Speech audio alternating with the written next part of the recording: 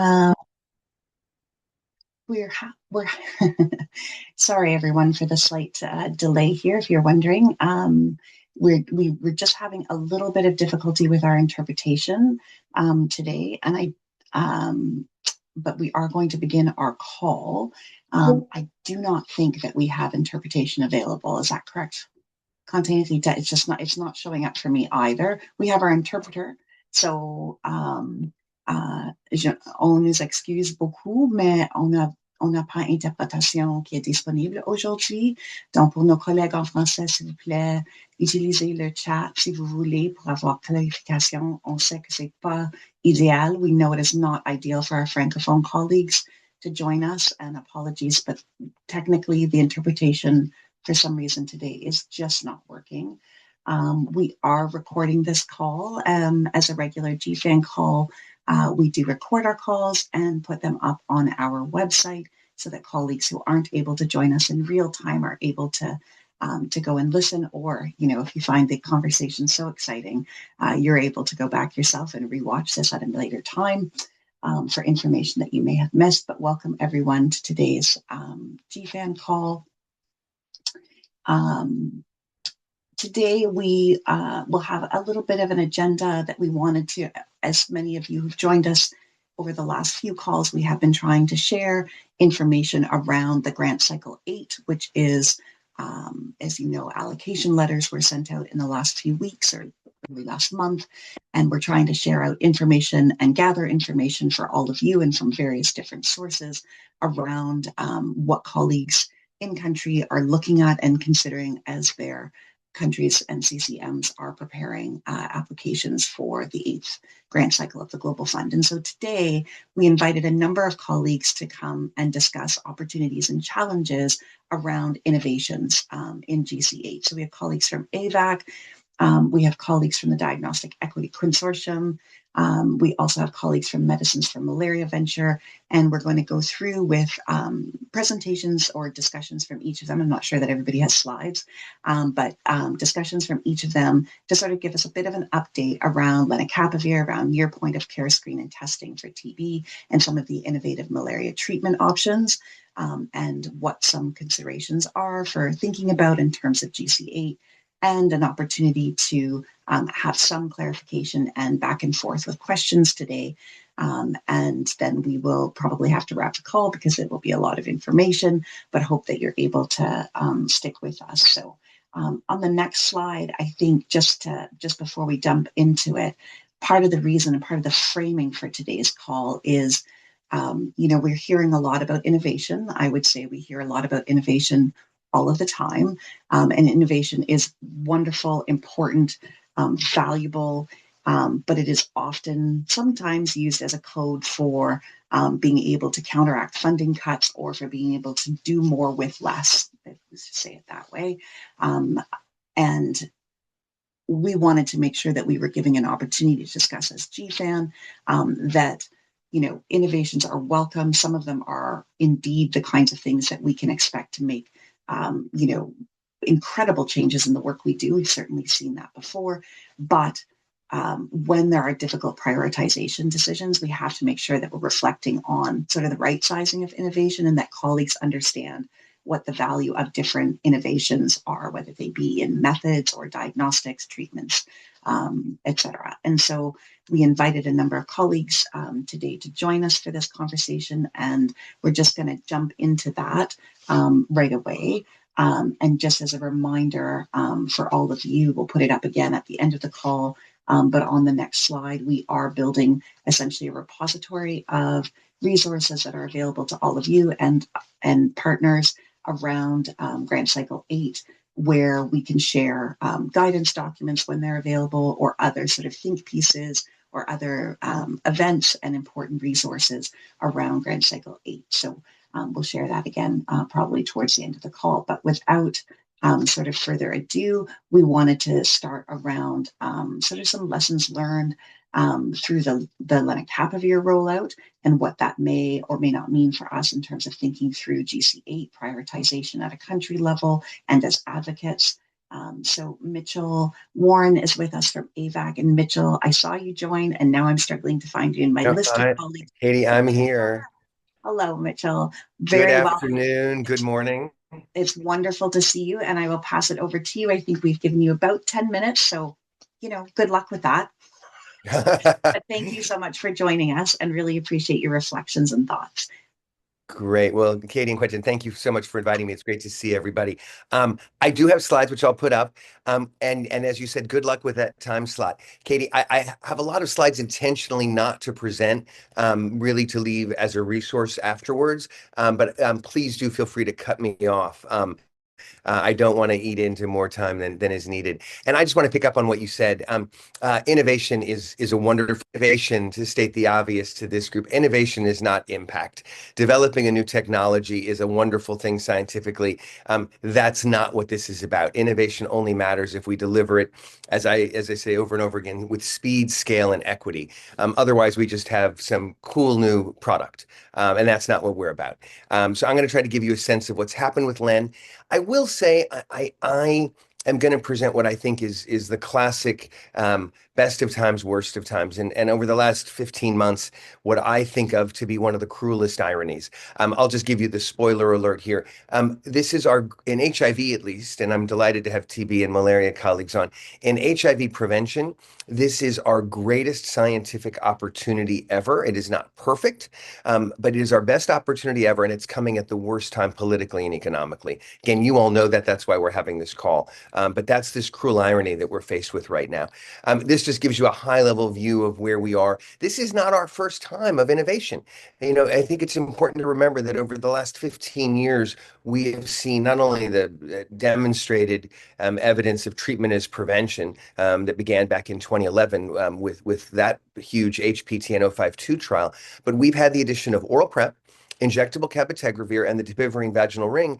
And for all that excitement of innovation, we've not seen impact. I'll also say that the Global Fund, which I love, has done very little when it came to earlier PrEP introductions. And that's true with voluntary medical male circumcision as well. To be honest, the Global Fund has typically been kind of the laggard of the two large donors, PEPFAR and Global Fund, historically, in terms of HIV prevention innovation. So PEPFAR really was the driver of circumcision programming. It was the driver of PrEP programming. And up until January 20th, 2025, 90% of PrEP programs in low and middle income countries was funded by PEPFAR. So the good news, Global Fund is stepping up in a huge way around lenacapavir, but it's starting it from fairly limited experience with previous, at least HIV prevention introductions. This zooms in a bit on what to pay attention to. I'm going to spend time on lenacapavir, but I want this group to be very aware of the other product I have circled here, MK8527, and their drug name has recently been approved by WHO's naming convention. I didn't even know there was a naming convention at WHO. It is now called alimatravir. So you'll hear more and more about it. It is in two large efficacy trials that have begun around the world, looking at a monthly oral tablet. Those results, the trials just began. Those results are expected in late 2027, early 2028. So they're going to come in what I think of as an innovation pileup with these other technologies. And it'll be coming in the middle of or toward the end of GC8. So really keeping our eyes to that, because from a delivery perspective, delivering a monthly oral tablet, at least conceptually, if it is safe and effective, and that's a big if, would be far easier, frankly, than delivering a large volume injectable. It's something to really look out for. There's a lot of confusion about lenacapavir right now. This is my attempt to just give you some quick facts. We talk about this as an every 6th month injectable product, but every 6 months you get 2 doses, 2 vials of the injection. So a dose is considered 2 vials. So you need 2 doses per year, but 4 injectable vials per year. Plus, although this is injectable PrEP, you have to start with initiation with 4 pills, 2 on day 1 when you get your first injection, and 2 pills the next day. That gets the drug levels up. It's not a minor issue. When you think about the supply chain now, the people getting lenacapavir right now everywhere are getting the initiation dose, 4 pills and 2 vials. But in 6 months, those who are continuing are only going to need the injections. But those who are either newly initiating, or if you miss the window of 2 weeks of your 6-month visit, you have to start the oral loading dose again. So from a supply chain perspective, how many pills do we buy? How many people are going to come back every 6 months? These are huge question marks. Very importantly, Gilead has said that if they had orders from procurers, they could deliver up to 2.5 million person years of lenacapavir per year. And that equates to 10 million vials. So why did Global Fund and PEPFAR only commit to 2 million people over 3 years? Well, you'd have to ask those donors. I can't speak for them, although having been in a number of those meetings, this was not about the price. The decision to go with the lower number was based on PEPFAR and Global Fund's perceived ability to deliver the product. Remember that after 12 years of oral PrEP programming, only 3 million people per year, plus or minus, were getting oral PrEP around the world. And so when Gilead said, well, we could help you get 2.5 million people access to Len, the donor said, we can't handle that. And we now know a year later, there's also a huge fiscal constraint, particularly on the Global Fund. They don't have the funding to procure 10 million vials. But those are decisions that donors make. Gilead began then manufacturing it's a large volume compared to what ViiV produced of cabotegravir, but it's not nearly ambitious enough a volume to have impact. So right now, Global Fund with GC7 funding and PEPFAR partnership are committing to 600,000 person years this year. And theoretically, in the second and third years of this 3-year commitment, they could more than double that to 1.4 over the 2 years. That is not nearly enough. Our forecast, and there's a hyperlink in these where there's blue, the current PrEP market in the 16 highest volume PrEP countries, mainly in Africa and Asia and Latin America, when you assume that about 60% of people are choosing an injectable over oral PrEP, we forecast that at a minimum, we should have 1.5 million people getting access to lenacapavir this year alone. So we're just about a third shy of what should be happening this year. So this is a moment to really engage, particularly as GC8 applications get put in. How do we go bigger than 1.4 million? Because that number could go up if the orders are placed. In addition, we know that generics are right now moving through the process of getting regulatory WHO approvals. We expect that donors could procure from generics as early as the first quarter of 2027. So the price there we think would be lower. So right now we believe, although it's never been reported publicly because Global Fund and PEPFAR signed confidentiality agreements with Gilead, that it's about $100 per person per year. That is much lower than cabotegravir, but more expensive than oral PrEP, which is about $40 per person per year. But we know that Global Fund told countries in GC7 letters to plan for $60 per person per year out of their GC7, that's allowing them to procure this initial volume of 600,000. But generics, at least for the first 2 companies with support from Unitaid and the Gates Foundation, are going to come to the market next year at $55 per person per year to initiate. That's the injectables plus the oral tablets, with $40 per person per year for the injectable only going forward. So it does allow countries to basically look at oral PrEP and ongoing lenacapavir at somewhat price parity. Similar prices, not the same when you include the initiation cost, though. So a bunch of quick numbers. I know I'm throwing a lot at you, but I'm looking at Katie's face staring at me with the time clock. I do want to say that there are huge challenges. The volumes are not as big as they should be to have impact.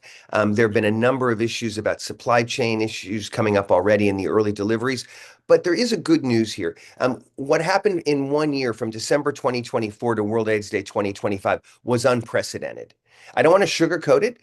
It doesn't mean we've had impact, but every single milestone that we imagine in terms of the early aspects that are essential for any product, getting regulatory approval, getting WHO recommendation, getting pre-qualification, first African regulatory approval, generic introduction, every one of the milestones with lenacapavir happened between, and I think the next slide goes into a bit more detail. Every one of these milestones was basically done at half the speed, half the time, or even faster.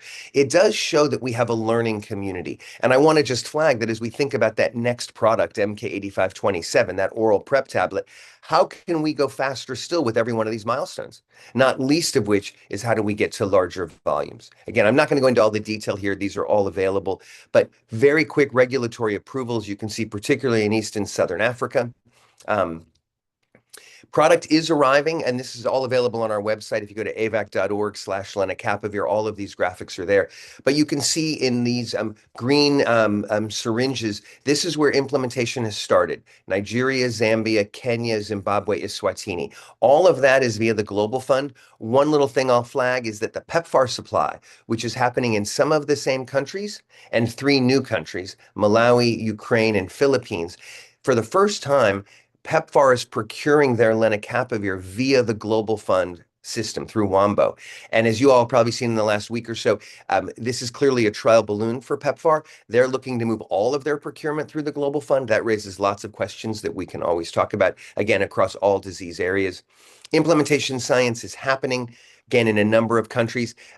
What's important here that I think I am happy about is that in early days of oral PrEP a decade ago, countries and donors felt like they had to do implementation science for 2 or 3 years before they did programmatic rollout. It's important to know that these implementation science projects are happening in parallel with programmatic rollout, not instead of it, not as a gatekeeper for it. And that's a really important lesson we learned from oral PrEP. Quick just summary of what I said about price. I won't go into detail here in the interest of time. Generics are way faster. Next year, we expect to see generic len here in the red coming around the same time as generic cabotegravir, happening years faster post-efficacy. There are a lot of reasons that's happening. Some of it is product specific. Some of it relates to when the license agreements were made. That's the good news. The bad news is that these direct voluntary licenses are quite restrictive outside of the 120 countries. So middle-income countries are not going to be able to access lenacapavir at the low price described here because of very draconian requirements from Gilead with these direct licenses. This just shows you what I think could have happened. We should be looking at 1.5 million people getting access to len this year. Instead, we're looking at about 600,000. That's a failure of imagination. It's a failure of the collective will to actually translate science into impact. Just to say this innovation pileup is coming. In addition to the generic versions of cab and len, we're also going to see a 4-monthly cabotegravir and potentially a once-a-year lenacapavir being approved next year around the time of this monthly oral tablet. And we know that even if the world didn't collapse in many ways 15 months ago because of the United States regime, we weren't going to see all of these things procured. So at a certain point, we talk a lot about choice in HIV prevention. The choice is not necessarily, sadly, going to be the user's choice. It's going to be a procurer's choice or a policymaker's choice. Will they have access to more than one of these products? A lot will depend on price. It may be that people get access to a monthly pill or once-a-year injectable. Maybe these other products won't be delivered. What's the fate of the vaginal ring? So choice is an easy word to say. It's a hard word to operationalize. This just gives you a sense of where Merck has the monthly pill. And I just want to say with a quick spoiler alert, none of these products is perfect. It's not just about efficacy or about price or about ease of delivery. It's about all of these issues. And spoiler alert, there is no, and there never will be, a miracle drug. Lenacapavir is a great opportunity, though, right now. Lots of things on the web. I'm going to stop there and turn it back to Katie. Happy to take questions, whether later or at any point after this call. Thank you, Mitchell. Really appreciate it, and appreciate that we'll be able to share those slides with colleagues after the call, and that there's already so much of it available on AVAC's website. I think you may have beat me in terms of speed per minute in terms of speaking. So I do just want to pause for a moment and just see if there are any colleagues who have questions for clarification or questions around, how this might impact GC8. I think I, it feels to me like there's a challenge in terms of understanding what the pricing is in terms of planning effectively for that. So just pausing to see if there are colleagues who would like to use the raise hand function, or who would be able to put a question in the chat. So I'm seeing one. And apologies to the interpreter. Well, unfortunately, I don't think our interpretation is yet set up, but I can stand to be corrected as we continue to try to get that working. Oh, Good. interpretation does seem to be available now. So, And they probably hate me. well, nobody hates you. I promise that, my friend. But we do have a few hands raised, so I'm going to go quickly to Robin Montgomery, Pernilla Hodge, and then Chase with questions for you, and then ask you to respond to those. And also just noting that there are questions that may be posted in the chat if you're able to stick with us through the call and answer some of those. So Robin, Pernilla, Chase. Thanks so much, Katie. And hey, Mitchell, really great to see you again. Thanks Hi, so much Robin. for your presentation. Hey. So I know it's early days, but just thinking to GC8 implementation, civil society, and community demand creation. I'm wondering if you can speak to, in terms of implementation science, what might be some early learnings around bottlenecks or challenges in the actual rollout on the ground, aside from the pricing and the procurement and supply chain pieces, that we might be able to give some really thoughtful consideration to and include in our proposals early on. Thanks so much. Great. Pernilla? Yeah, hi, Mitchell. Thank you so much for the presentation. It went really quick, so sorry if this was already clear from the slides of what you were saying, but I'm curious about the Dapivine vaginal ring, actually, because you were mentioning this with the oral prep. There was first a lot of implementation studies before programmatic rollout. And it seems that's also happening with the DVR. There's very little programmatic rollout, even though there's been a lot of studies on efficacy and there's been a lot of implementation science going on. So what's the holdback there? Is it because we have these new tools that keep coming in that the donors, like for example, the Global Fund jumps on and there's not really this massive procurement and rollout happening, for example, of the ring, or what is that? Thank you. Thanks, Pernilla. Chase, and then we'll go back to you, Mitchell, and then we'll move on to our next presentation. Yeah, thanks so much for that super informative presentation. I just wanted to follow up on one point about the generics. You highlighted the potential price point and regulatory timelines, which are both really exciting. Do we have any visibility on the kind of production scale possible in line with those timelines, 2027, 2028, 2029? Like, will it depend on what kind of demand they're getting, or is there some reasonable kind of production cap? Because one thing that seems to me is a potential challenge is if countries don't think there's going to be enough supply, then end up not demanding enough, and then the generics end up not producing enough, and that's kind of like a vicious cycle. So Yeah, those are great. Those are great. I was make sure I'm stuff mute. Those are great questions. And the vicious cycle what you just described, Chase, is very much what happened with cabotegravir, frankly. I'll go in quickly in order. Robin, great to see you and great question. I would certainly advocate that we all look to GC8 submissions to look at the current PrEP market in the country. We know from existing work, and it's relatively small numbers, but roughly 60% of people choose an injectable when given an option over oral PrEP. And the ring, to Pernilla's question, has typically fallen off almost completely, and I'll get to that in a second. So if we assume that, then thinking about how to start with the volume, like, okay, we want at least 60% of people who get PrEP to have access to the injectable. Historically, we've seen the PrEP market grow 20% per year when it's well supported, as it was under PEPFAR. So if you start playing that out for GC8, that's a 3-year window that you can say, okay, our PrEP market in country, and we can help anybody work on these numbers, is X.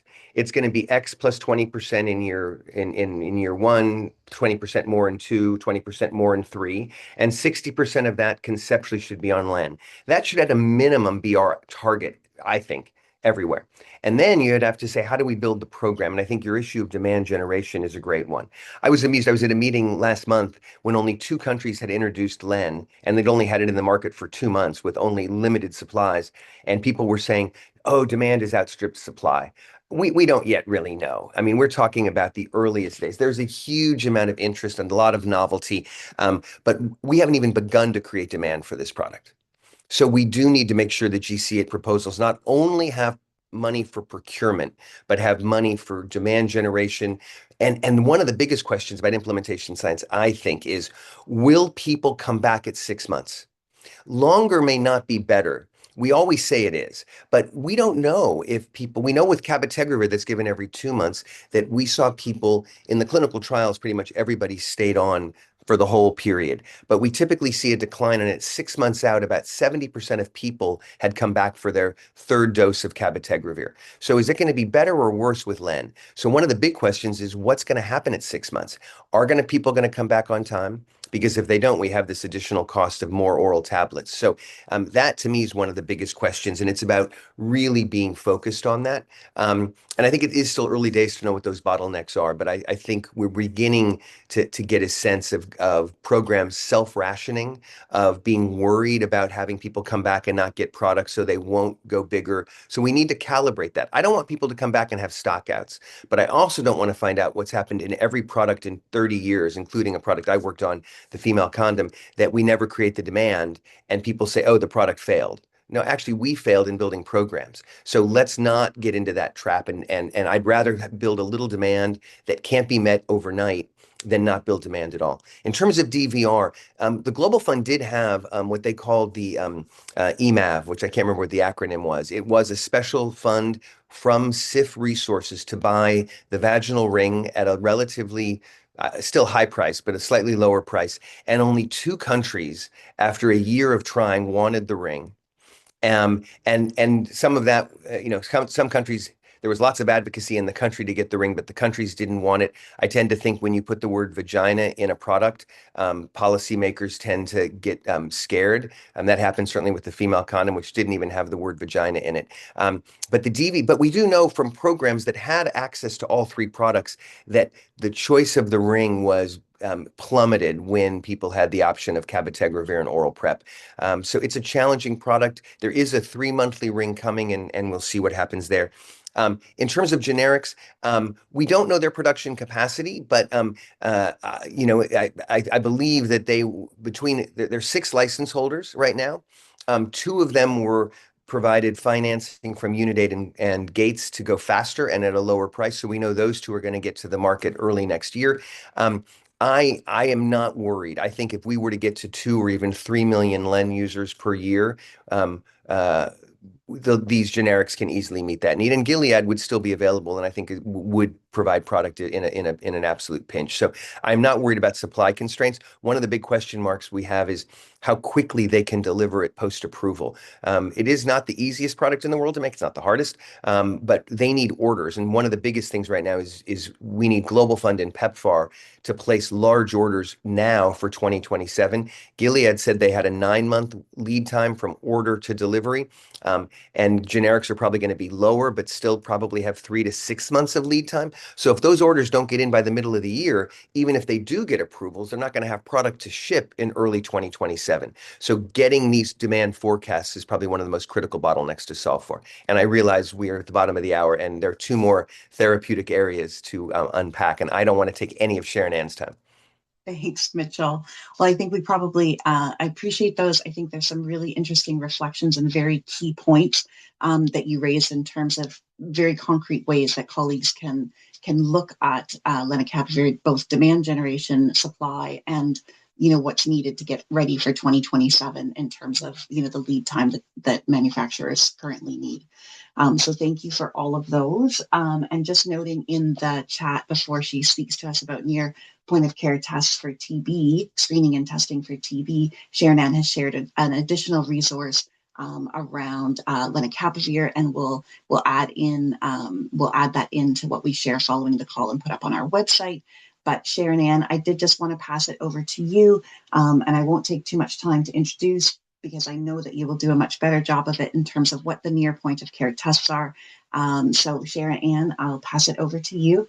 And I'm not sure if you have slides. There we go. They're coming up from Conte. So go ahead. Yes. Thank you so much. Hi, everybody. I'm Sharon Ann Lynch. I'm with the Center for Global Health Policy and Politics based at Georgetown University. And I'm also with the Diagnostics Equity Consortium. Next. Just a little bit about the Diagnostics Equity Consortium, or DEC, where we need all hands on deck, is to build awareness and include ambition in GC8 proposals, as well as national plans, and try to instill accountability in terms of what government claims to achieve. Next. Can you move on to the next slide? So just some key facts. There's more than 10 million people developed TB last year, but we have a diagnostic gap, 2 of them that are very important. There are still an estimated 2.4 million people that went undetected with TB. And those that are being tested, they're not being tested with a WHO recommended diagnostic tool, that is the molecular diagnostics. So right now our coverage is only at 54%. We see too many countries still relying on old methods, that is microscopy, looking at sputum under a microscope and literally counting the bacteria. Next. Some of the key messages I have for you. Well, let's start with key facts. It's not often that we get to talk to you all about an innovation that is actually more affordable than the standard of care and more convenient. So that is the big innovation here, that these are near point of care tests. So not only do we have speed, where results are under 30 minutes, available in under 30 minutes, but also the test is much more affordable. So it's than standard of care. So compared to Gene Expert, let's say, this test from MTB, that is called the MTB test from Plus Life Ultra Mini Doc, is $3.60 per test. The devices, there are 2 devices, total $335 each.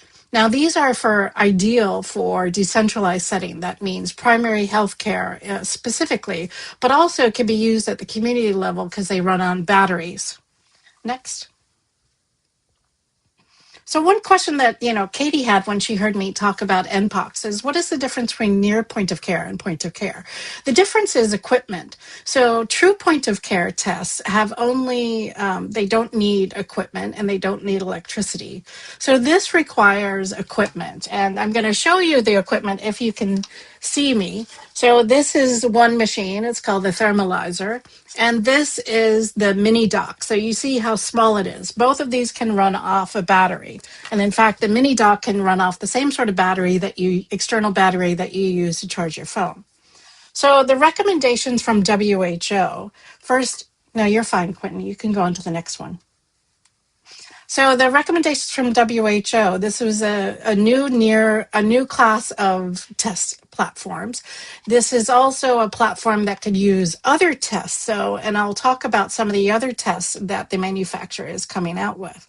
So the recommendation from WHO is as well, you don't have to use sputum if it's difficult to attain. You can use tongue swabs. So this, in addition to decentralization, makes testing easier, and we want to see scale up of testing. Next. In terms of the sensitivity, that is the ability to detect TB, you see that individual sputum is 85% on these new near point of care tests. Using tongue swabs, you do lose some sensitivity, but then again, you can hopefully test more people, including those that have difficulty producing sputum. In terms of specificity, that is the ability to rule out TB, it's very high. And here you have comparing the NPOX, the near point of care, with the lower complexity NATs, and those are the Gene Experts and the true NATs. Next. So prices, the Mini Dock Ultra is $150, $55. The thermalizer that I showed you is $180. And as I said, the MTB test card, the per test, which is, this is what it looks like, is $3.60. So that's about, in terms of the test cards, that's half the price of what GeneXpert sells for their cartridge. Although I have to note that the test available today from Plus Life only detects TB. It doesn't tell us who has drug-resistant TB. So for positive cases, especially in high drug-resistant TB settings, you have to send the sample to a lower complexity NAT, that is to a GeneXpert or a TrueNAT Mobio. But still, there are tremendous cost savings and, of course, effectiveness. Can you go back to the previous slide? So one of the things that we've been talking to NTPs about, the National TB Program Managers, is the ability to use this platform to test for other diseases. So there are a number of assays, that is tests, available in the market now that include SARS, monkeypox, RSV, strep, and some STIs, including those that are coming. There are some HPV tests that are available now and more that are coming across wider versions of HPV. I want to flag as well that although the test is now $3.60, there is already a commitment from the manufacturer to further reduce the price to $2.70. Either what happens first, either by July 2027, or if volumes break the 7 million volume threshold.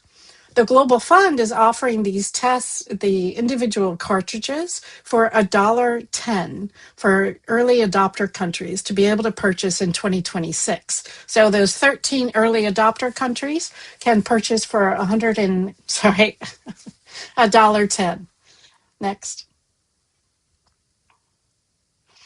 So, and there has been a cost study to compare what can we do with the cost savings? And of course, one thing that we would like to do from cost savings, from moving from microscopy and moving from GeneXpert as a first use to these decentralized tests, is to see that money go into providing more tests, right, to testing more people.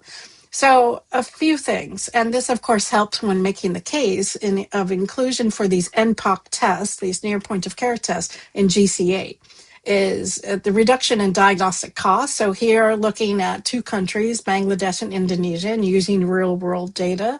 At current testing levels, you see a 43% to 55% reduction in diagnostic costs. At the same time, you can use that money to significantly increase testing, and that's what we want to see. So we want to see ambitious plans for rollout so that we can make sure that the cost savings go back into more tests where people need them, which is closest to home. It's also closest to where they seek care at the primary healthcare level. Next. Now, one thing as DEC, the Diagnostics Equity Consortium, is that we've been calling for national roadmaps over the course of 5 years. We want to see targets, measurable targets. And so we've been talking a lot to NTPs about facility coverage. What percentage of facilities do you plan to capacitate with these tests, with the devices, and with the test cartridges? First, it is a priority to focus on microscopy sites so that we can get away from microscopy and instead use a molecular platform such as these NPOC tests. So we have certain targets set up, especially for countries that are starting rollout in 2026, those early adopter countries. But we also want to see scale up at the primary healthcare level. So we've laid out an ideal roadmap in terms of what percentage of primary healthcare facilities should have the NPOC tests. And then that will, of course, affect what percentage of TB tests overall are being performed with WHO recommended diagnostic tests. And where we want to get to is the 100%. Next. So we do think that NPOX is part of the missing link when it comes to closing that deadly diagnostic gap when it comes to TB. But also, as I mentioned, there are other benefits for other diseases. And there is a robust pipeline of new tests coming along, including drug-resistant TB. We have the NPOC. If we couple the NPOC with national roadmaps that are ambitious, then we're better off at meeting our targets, including those that have been committed to by countries. But we know how commitments are. They're not going to happen on their own. So the GC8 provides a fantastic window of funding opportunity for ambitious roadmaps and for implementation. My final slide will show you a fact sheet that we put together. And I want to point out that TAG also has a fact sheet, which is incredible. Ours is available in English, French, and Portuguese. I will put that link in the chat, and also I will put a link for a costing tool that you can use to estimate what should be the number of NPOCs for your country. And it provides a price comparison tool so that you can also figure out, and in terms of engaging with country, how much cost savings you can expect with a transition from using GeneXpert as the initial test to near point of care testing. Thank you so much. Thank you, Sharon Ann. That's really helpful. And Agrata has put the links into the chat that Sharon Ann was just mentioning. I think it's really helpful to share the comparison tool. So thank you for that. I don't know when that became available, but it's not one I've looked at. So I'm just looking to colleagues to see if there are any questions for clarity or for discussion following Sharon Ann's presentation. I'm seeing Chase, and I'm just waiting a second to see if I see any other hands, but we'll start with Chase. And if any other colleagues do have a hand for an intervention or for any questions for clarity, please go ahead, raise your hand or use the chat, and we'll come to you after Chase and then go to Sharon Ann. Chase, go ahead. Yeah, thanks so much, Sharon Ann. I just had one question about what we know about potential development of a drug sensitivity test card by Plus Life, if we know if that's in the works, if we have optimism about it. Then my other question / maybe comment is that my understanding is that even if they test and they say, okay, this person has TB, they have to send it to the lab for drug sensitivity testing, but that the protocol says you should start TB treatment and then adapt once you get the drug resistance profile, so that means a lot of the people who will end up being drug sensitive are getting their treatment immediately, and that part of the policy impact is also an added value of this. Absolutely. I mean, this is the first time that we have tests that can happen where people seek care at the primary healthcare level, test results within 30 minutes that could then facilitate starting treatment the same day. In terms of the drug sensitivity testing, so Plus Life is aiming for 2028 for a drug-resistant cartridge that can tell drug sensitivity in case somebody has drug-resistant TB. So 2028. And in the meantime, what's called reflex testing is to send the sample on for that drug sensitivity testing, which is either often at district level or county level or even higher than that. So we still have to rely on that hub and spoke model for the drug sensitivity testing. But again, you can get same day results in terms of whether you have TB and start on treatment the same day from the primary healthcare level. Over. Thanks, Sharon Ann. A quick question in the chat just popped up from Colin about whether or not there's any modeling of impact or cost of combining scale-up of NPOCs along with scale-up of community screening. So there's a lot of implementation research happening, and I want to flag that one thing we don't know about Plus Life is the efficacy for children. So we need to keep in mind that there's that, and then instead, countries should rely on the current WHO algorithm for testing TB. Likewise, some of the implementation research that is happening, including by TB Reach at Stop TB Partnership, is to look at what happens at the community level, combining with screening, but there's definitely some smart implementation going on, looking at these pilots of community level. So down to the community, which is fantastic. And because they're more affordable, you have fewer concerns about how many tests you're doing, right? There's no reason to ration because essentially, again, this is half the price of today's current standard of care testing. I think that, thanks, Sharon Ann. I'm noting just the tag fact sheet has been shared again in the chat. We've taken note of all of the different links that have been shared.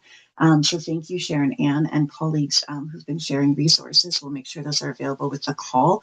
I think this question around sort of like what comes next is critical to kind of keep updated, and we'll keep looking to all of you leaders in this to keep us updated, keep our membership updated around the 3-year kind of planning that's going into GC8 and what some of those possible next implementation opportunities, I guess, there will be through GC8 that we can continue to flag for colleagues as proposals are developed. So thank you, Sharon Ann, sincerely appreciated. Thanks, We are going to move to our last set of presenters and Q&A.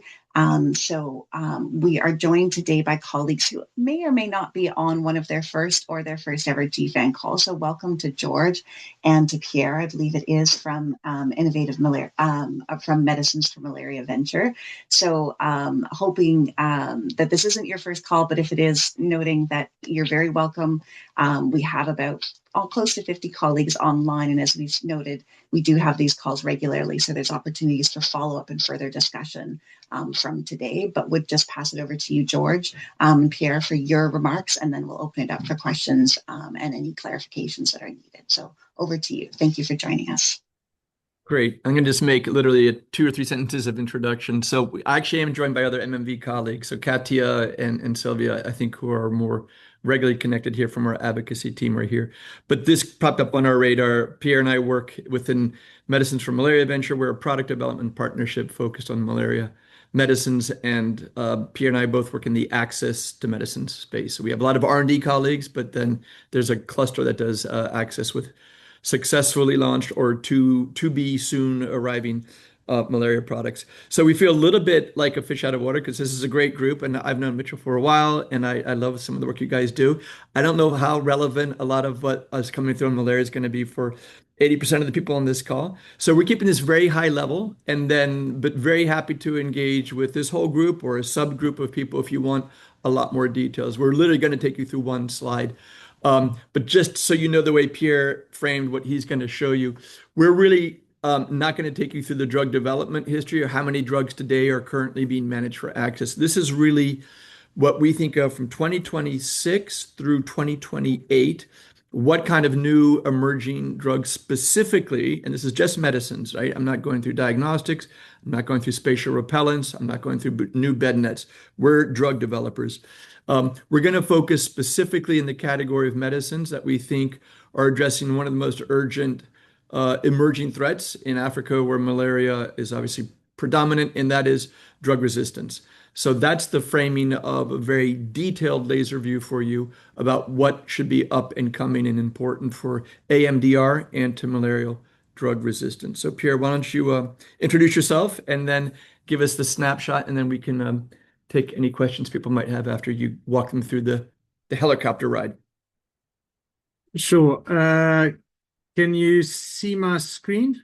Yeah, Yes. And maybe put it in full mode if you can. How's that? Is in presentation? And then just click the 3 dots to turn off hide presenter view. Hide presenter view. That's a trick everyone needs to learn. Boom. Oh, never mind. Okay. The next thing, magnify. Magnify to 80 or 90. So, Perfect. Perfect. Yeah. Hi, everyone. Great presentations. And well done on all the fantastic work that's been done. So as George said, this is just a quick snapshot looking forward. Within the malaria space, the big concern is addressing resistance. WHO came out with a anti-malarial drug resistance strategy about 2 years ago, and 2 years down the line, it's been countries have been very slow to implement that strategy. And in terms of the toolbox, in terms of diversifying and reducing the burden on the workforce, which is artemether lumefantrine, about 90% of the artemisinin combination therapy ACTs that are used for treatment, well over, we're talking hundreds of millions that are procured annually within the public sector. And the strategy is basically how can you ensure that you diversify to other ACTs, so not just having one drug that's having all the exposure. Paranardine artesunate is a drug we worked to develop with Shingpeng, and many years down the line, we still have a single source supply, so not a great place to be in. The positive is that we expect to see, and we're working with partners within the next year, a flurry of generics submitting dossiers to WHO prequel. I think that's important because it gives the Global Fund and partners a lot more breathing space and negotiating power to ensure that the catalytic funding and market shaping activities can be implemented. In terms of AMDR, one of the strategies or one of the options is multiple first-line therapy, and that's an approach where you can either use different drugs, geographic approach in different parts of the country. You can do a switching approach using one ACT from 1 year to the next. Implementation, from an implementation standpoint, challenging, and as I mentioned, being quite slow, frustratingly slow for countries to implement. And then lastly, we've worked with Fosun, one of our partners, and we helped develop low-dose primaquine. So this is for transmission blocking to be used with an ACT or otherwise for radical cure. I think it really helps deliver on a total unmet need. There has been no child-friendly version, so we expect to see countries putting through requests for grant cycle 8 procurement. And in that middle block, I think is probably one of the most important. Last 20 years, we haven't had any new antimalarials within this space, and now we're going to have 2 coming to market within the next year, 2 years. So ganaplacide lumefantrine is a product that MMV's worked with Novartis to develop and for treatment. I think it's a NCE, first or new in class, and then triple ACT is a combination of artemether lumefantrine and midazolam, also for treatment. And I think the questions that we're asking within the AMDR setting, and everything that our previous presenters have talked about with regards to dynamic funding shifts in terms of countries taking on all these MOUs. To be able to do a domestic funding scale up, to ensure that there are tech transfers in place. I think there's so many different levers that we're looking at working with partners. I think what's great is we've having regular consultations with the Global Fund team, looking at market shaping opportunities from a sourcing perspective, dealing or speaking with the TAP team around how best to ensure that we've got visibility on what those resistance patterns are, so countries know what and which drugs they should be using. So very exciting, but also very challenging at the same time. These are new drugs, so we're not going to have generics immediately coming in. If you think of all the fantastic lenacapavir examples, we're trying to think and look at that on a regular basis, all those sharing best practices, and we use it as a reference point in terms of how can we ensure speedier policy adoption. So consultations with WHO, we see that as critical. How can countries adopt their national policy guidelines so that you don't have this lag phase? And then ultimately, as I mentioned, how countries will introduce these new drugs is going to be critical. And then lastly, post-2030, really exciting to have these single-dose cures. So think of a drug that can be used within 1 day or possibly 2 days, but a single-dose cure that addresses all the issues around having to take a drug over 2 days or 3 days. So in terms of a drug that is easier for healthcare workers and patients to use, I think is something that we're really excited also to be working with. Those combinations are also with Novartis, and it's a combination of different products, ganapraside, lumefantrine, and cepagumab being one of them. So maybe I'll stop there. George, do you want to lay Yeah, on there's a question here from Anthony, which I think is relevant. I know this is something that's been on the radar in some of the meetings we've had. It's regarding the innovation acceleration earmarking of Global Fund's special vehicles, and how, I mean, I know it's crystal ball gazing, but the latest view about how any part of that can be chunked away for AMDR specific new treatments for malaria. And you can just give impressions from the last time you have spoken with Global Fund about that. Yeah, I think nobody wants to have a single source supply. So a lot of the questions are how quickly manufacturers like Novartis or others are able to do a tech transfer. And that's something that we're obviously very keen to explore on. In terms of having that demand forecasts, that's something that the manufacturers want as well. And that's, it's a sort of catch-22.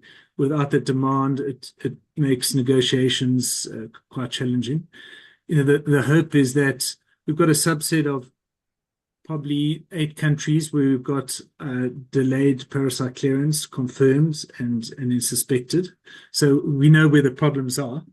In terms of getting that demand generation translated into actual procurement orders that can be procured through market shaping initiatives, I think that's what we're working with Global Fund, with the teams on, and many different stakeholders.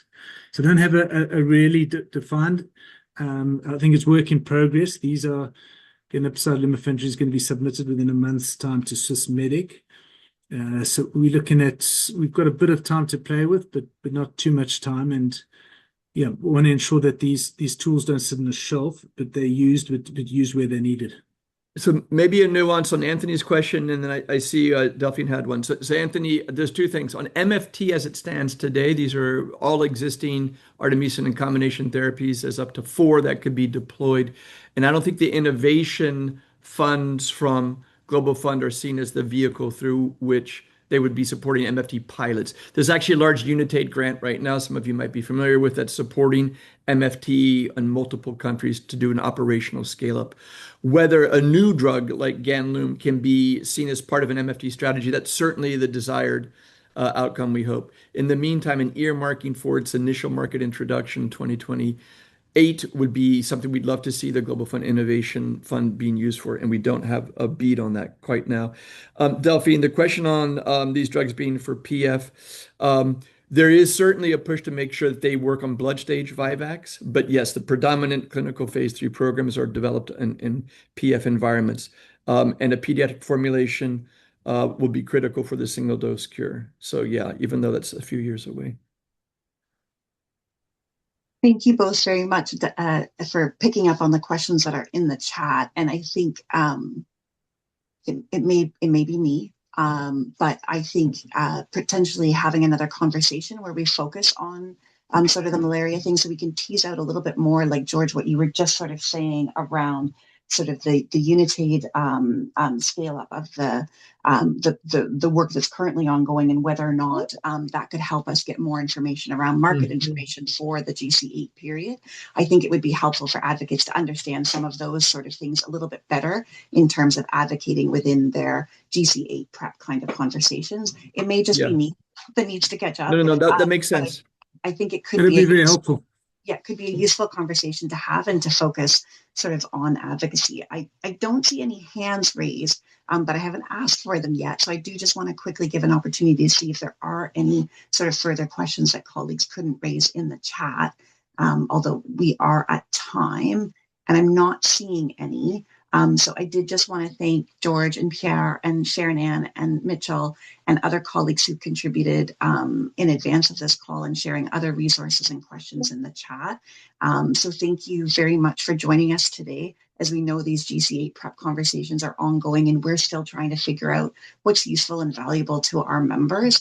And so we thank you for joining us on this. I think there's a few other ways we can tease some of this information out, and we'll be following up with all of you. So thank you again for sharing your information, your expertise, and your time with us today. Everybody off to your next call, if that's where you're headed. Thanks for joining us today. We'll be sharing the resources online in the next coming days. Thanks so much, Katie, and all. Thank you. Thanks, everyone. Take care.